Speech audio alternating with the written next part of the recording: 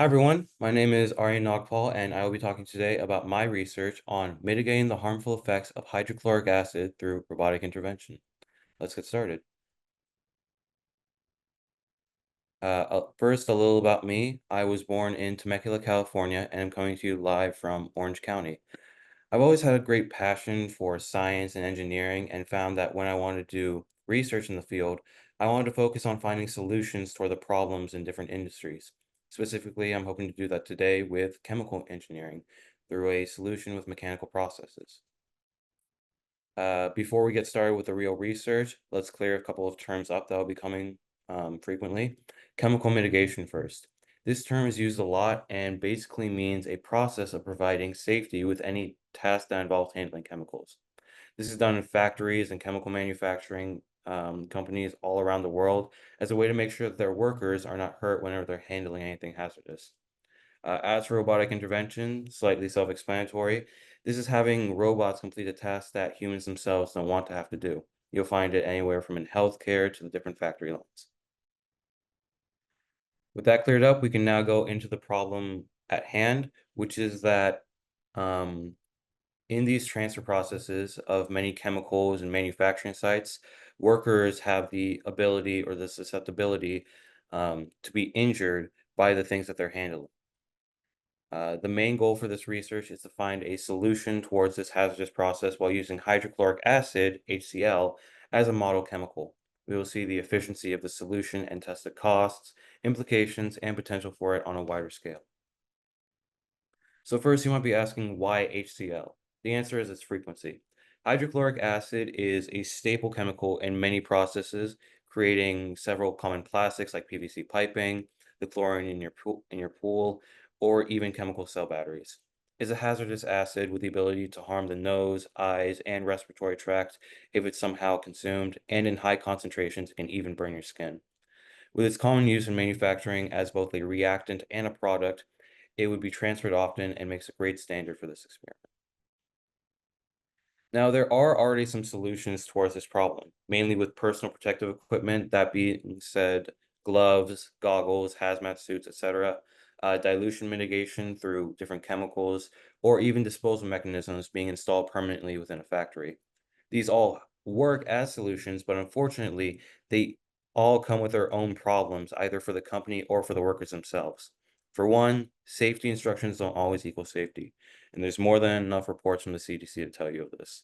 As for chemical dilution, this requires, unfortunately, more chemicals to be used, requiring larger costs and materials towards companies. And, well, yes, mechanical transfer systems do work, but they have the low ability to adapt to the many changes that company will make. In other words, they are permanent and can end up causing more problems for a chemical company rather than solve the existing ones. So the solutions so far for keeping these workers safe are coming back with their own costs. Well, then maybe we need to find a solution that takes humans altogether out of the situation. So I bring robotic intervention. The solution being presented with this research project is a robot that can complete the task of transferring chemicals while having no humans involved in the physical touch of the substance themselves. The way in which the solution will be tested today, successfully on a smaller scale, is to have a robot successfully transfer HCl from one area to another without any spillage or need for human intervention. Now, this solution entails three main points: a mobile robot chassis, a gear rail mechanism, and a hydropump. Each of these come together to create a robot that can transfer chemicals via its own portable tank. First, the mobile robot chassis is the basis for the device. It is a simple circuit system of motors similar to those of an RC car.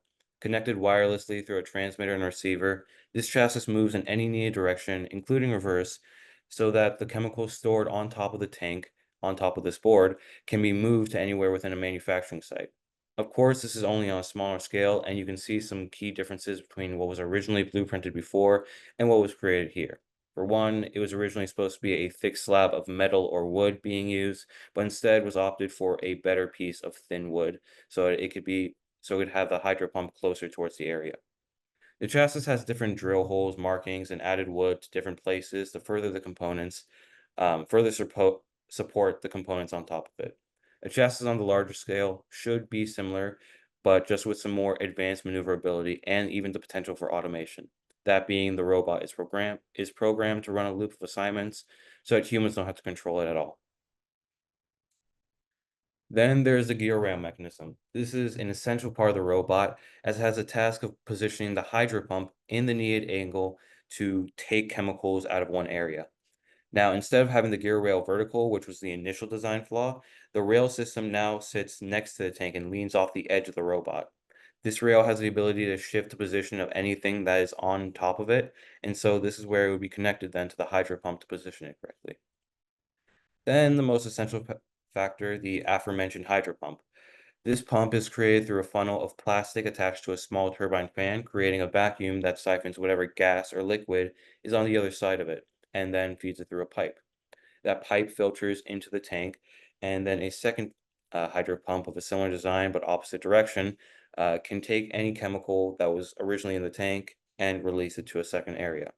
The tank and pumps are each made from a material called polypropylene, a non-polar plastic with a strong molecular structure and covalent bonds, which allows it to resist non-oxidizing acids, including HCl. The tank and pumps do the actual transfer that takes the job out of human hands, while the other components are really there to help position it in the right time and place.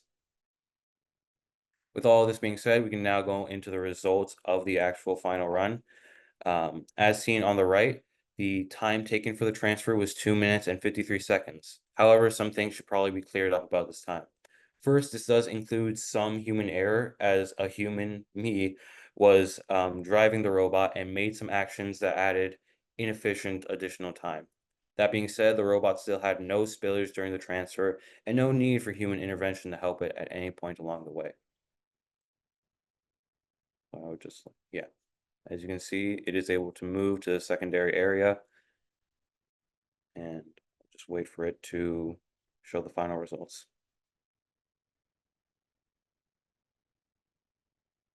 Yep.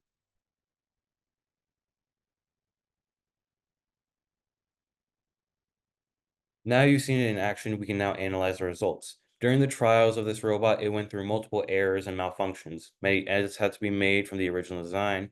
Certain pieces had to be rebuilt because they had broken down under weight or pressure, and even some electrical components just overheated or crossed paths.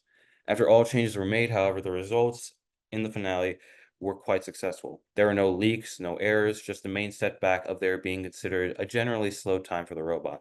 But seeing that the robot completed all of its tasks, transferring without a spillage, breakage, or any error, it still came out to an overall objective success and was given a 8 out of 10 on an efficiency scale.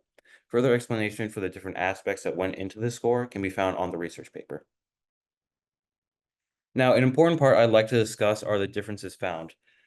Using research statistics on averages for workers in chemical manufacturing, it can be shown the many prominent differences between the robot and the average human handler. Costs and break times are much less for this robot, yes, seeing as the robot does not have a salary or any need for recharging or possible cooling.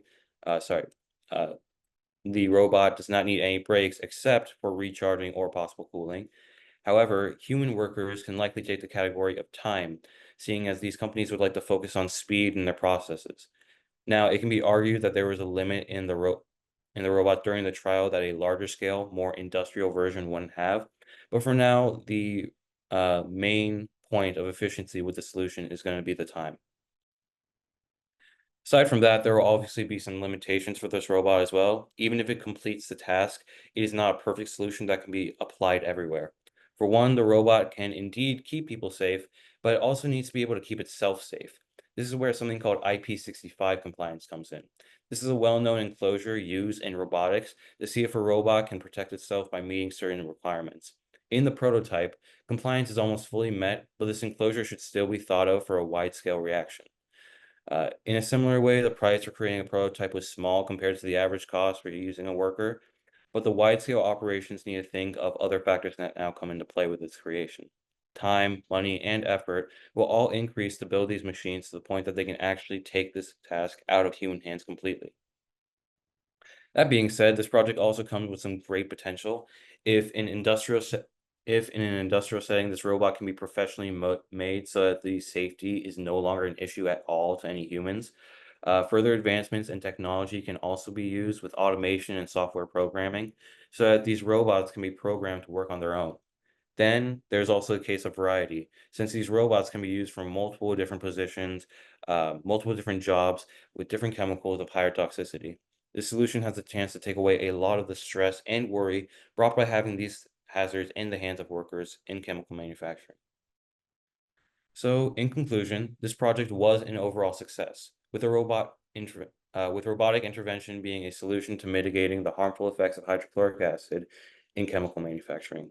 This might not have been a perfect solution with the limits found on a smaller scale, but with the robot's ability to be scaled to an industrial state, its current potential, and overall objective being cleared, it can certainly be seen as an advancement in the goal of human safety. For further information on what went into the design, experimentation process, etc., I would direct you to look at the research paper linked below. So with that, I'd like to thank you for listening and answer any questions that you have on my research. Thank you. Great work, Aryan. I enjoyed it. What are you more interested in, chemical engineering or robotics? I prefer, I guess, more of a mix of the two, really. I like the conceptual science behind most chemistry and how it can be applied more mechanically in chemical engineering. So I guess I could say chemical engineering is more what I'm looking towards doing, and it's also what I'm applying to in college. That's great. Hey, was there any data about the percentage of chemical companies that actually still use humans versus robots? Do you know about that at all?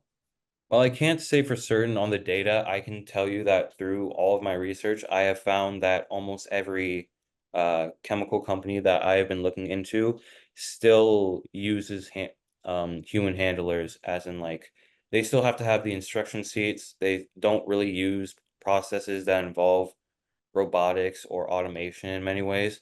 And so hopefully with this solution, we can take out a large point of like danger towards humans that are in this field while also keeping it efficient and better for the companies as well.